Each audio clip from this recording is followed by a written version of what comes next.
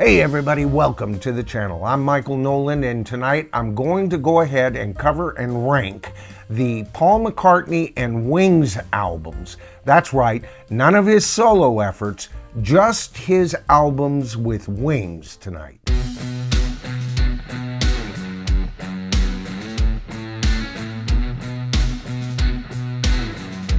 Now, despite what my thumbnail may have hinted at, this isn't just going to be covering the 7 studio albums and his live album, but I'm going to go ahead and include his 2 available compilation albums. All right, so just to get the ball rolling, I'm going to cover 2 spots right off. All right, numbers 9 and 10.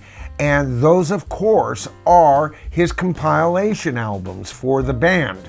Now, the reason they rank this low is because I'm an aficionado of Paul McCartney's very best work and how it lies within an album, all right? And compilation albums lose points for that alone. But you know what? I've got to say this, if you're just a casual Paul McCartney fan, both of these albums would serve you well. In the number 10 spot, I choose Wings' Greatest. Now, up until about 2001, this would have been in the number 9 position because there was another compilation album that Paul put out called All My Best, and there were a lot of Wings cuts on that. And I was less impressed with that album. This album would have been in the number 9 position.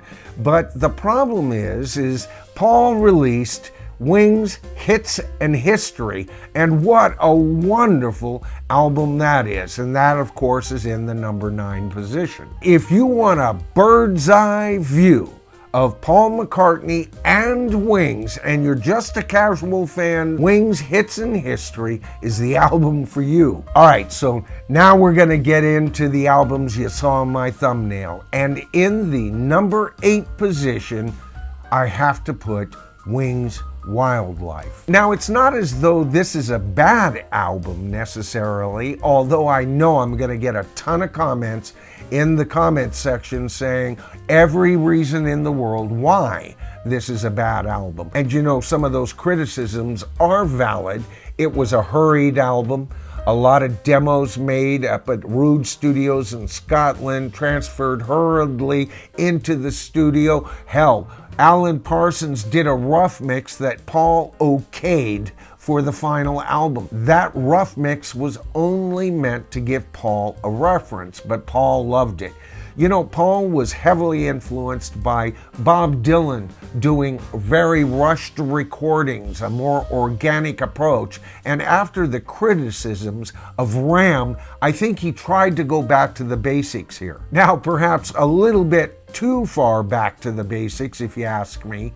There are still some brilliant cuts on this album. First of all, I love Love is Strange. I think it's got a beat, it's got a groove. But my favorite songs on this album are Dear Friend and Wildlife. By the way, folks, I'll compare Wildlife, the song Wildlife, to any of Paul's piano ballads. Not that it's the best of them, but it's right there among the best, in my opinion. And according to Denny Sewell, 5 of these tracks were accomplished on the very first take. So if you look at this album as just an album getting back to the basics, an album, a collection of almost rough mixes, this album shines. Now, shine as it may, it doesn't quite shine enough to inhabit the 7th position, and of course that position is inhabited by Wings at the Speed of Sound. Now, I know this is the album that a lot of you are going to disagree with me on. After all, we got Silly Love Songs, Let 'Em In, Beware My Love on this, as well as a couple of other wonderful McCartney ditties. But the reason this album ranks so low on this list for me is democracy isn't always such a good thing in a rock band, especially if you have Paul McCartney as the lead singer and writer for the group. And that's where this album falls a bit short for me, folks. Now, by that, I mean each other member of the band was given at least one song to sing lead on. And with all blessings due to Linda McCartney, her song is the weakest on the album, and I don't care for Joe English's version of Paul's song either. I like the demo version when Paul sang the damn thing. Having said that, Denny shines a bit on this. If we had just stayed with Denny getting a few songs,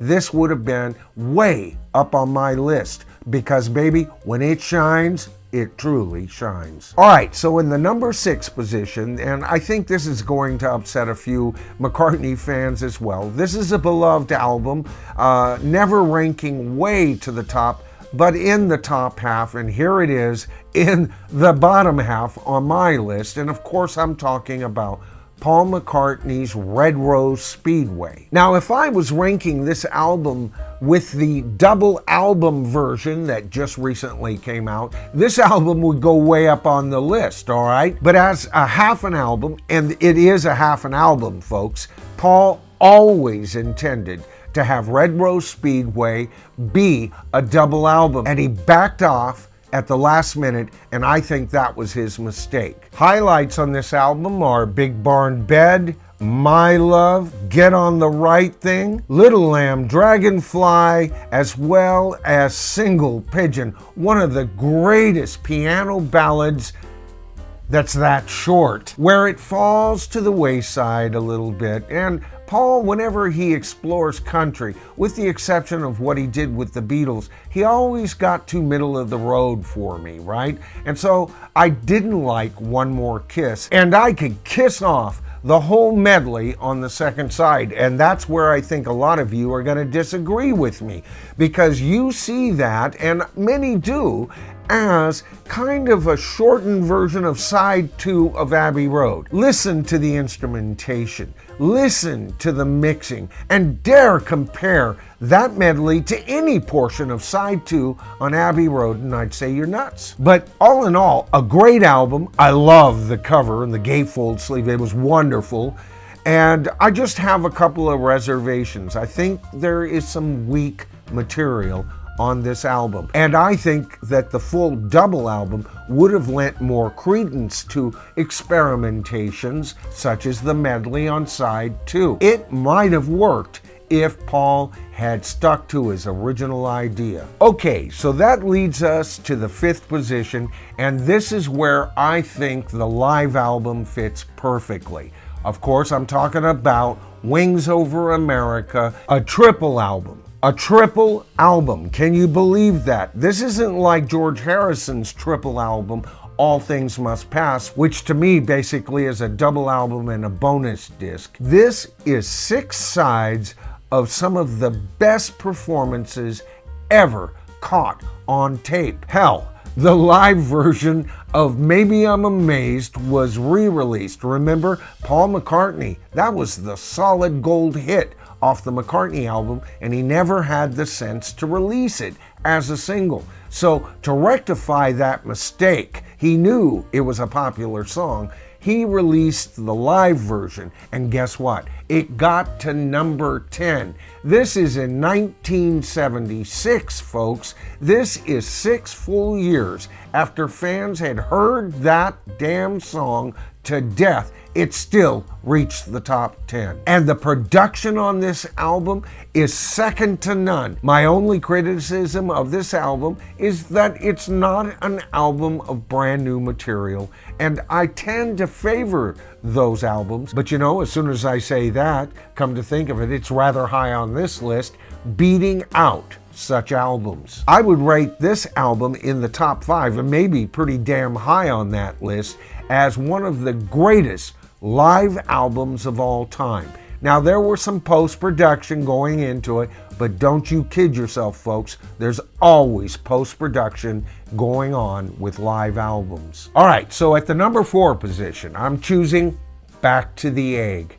Now, a lot of you will disagree with me on that. Many of you think that it's either his second worst album or his worst album. It didn't sell well, folks, and it was the death knell album for Wings as a band. But to me, this is Paul McCartney surviving in the late 70s. You know, disco had taken over. He had seen the stirrings of some of the pop synth starting to arrive on the scene, and this album, either through what's on the album or the singles that surround it, cover those bases, and all of those bases are covered on this album. All of that with the addition of having Paul McCartney on hand to write the material. One of the two greatest songwriters in the 20th century, and perhaps the 21st, if we don't get some great singer-songwriters coming along pretty soon. Now, I know there are a lot of great singer-songwriters out there, but I'm waiting for the next Lennon and McCartney, Rodgers and Hammerstein, you know? That's what I want, and I think if rock gets another one of those, it could get the shot in the arm that it so desperately needs today. All right, folks, so we're in the top three. Countdown is getting hot here. And in the number 3 position, I choose one of Paul McCartney's most expansive albums he ever put out, and that includes all of his solo stuff as well. And of course, I'm talking about London Town. Man, this was an exceptionally long album and tons of material on it, and he covers every base. Girlfriend, he wrote for Michael Jackson, his number 1 hit, not one of my favorite of his singles, but with a little luck, did real well, and yet most critics panned this album. Are you kidding me? I mean, the song London Town, Cafe on the Left Bank, Girlfriend, Mort's Moose and the Grey Goose, Deliver Your Children, and Don't Let It Bring You Down. My God, there are a couple of clunkers on this album I don't care for. And to be honest with you, I think I've had enough lacked punch and power. When I would hear that on the radio, because that was released belatedly as a single, it didn't do well. And Girls' School, although it had the punch, it just sounded crowded in the mix. Of course, the marvelous Mull of Kintyre was released, not here in the States, but instead we got Sally G. But what a magnificent song. This is one of the greatest songs that Paul McCartney ever put out, all connected to this wonderful and 3rd place album. All right, number 2, and of course I'm talking about Venus and Mars, baby. This album is so close to the number 1 spot, especially when you consider songwriting quality, what it has to offer sonically, the mix, the production that went into it. Every bit the number 1's equal, but the number 1 spot will be going to an album that broke barriers, and we'll talk about that in a moment. But the marvelous Venus and Mars. You know what? I'm an old comic books fan, so any damn artist that writes a song about Magneto and Titanium Man, they've got my interest right away. On this album, we get a lot of topping and tailing. Venus and Mars opening the album, segueing into Rock Show.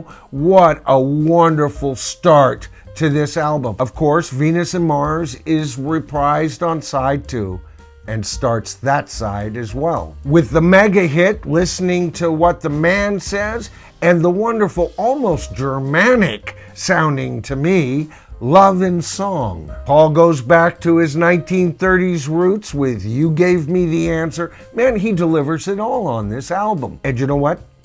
A whole lot of this album shows up on that magnificent Wings Over America live triple album. It is part of the meat of that entire tour. I love the cover. I love its simplicity. I love the black. Speaking of black covers, this leads me to Paul McCartney and Wings' greatest album of all time, of course, Band on the Run. The fact that this album even exists is a miracle. You know, McCartney had 2 band members quit on him. He blindly chose a recording studio in Laos, in Africa of all places, in the middle of the monsoon season with an epidemic going on around him. But not only that, when he arrived there, the studio looked like it came from, well, a third world country, which it was. He had problems with local artists, and he had problems with even local gangs. Him and Linda